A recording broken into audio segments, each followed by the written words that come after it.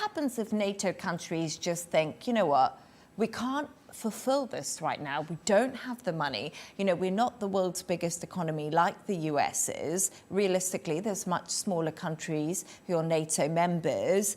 Will the US withdraw more support from Ukraine, or could they possibly just leave NATO altogether?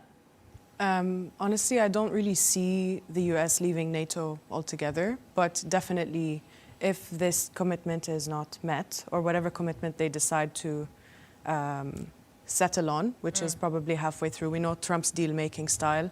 You always go for the absolute extreme, and then eventually you want to settle for somewhere in the middle. So 3% maybe. But I could definitely see the US potentially scaling back their support for Ukraine if this target is not met. But that's also going to depend on the timeline as well. Like you mentioned earlier, it could be within 10 years, it could be within 20 years. But definitely my view is if it's in the short term, it's definitely not realistic.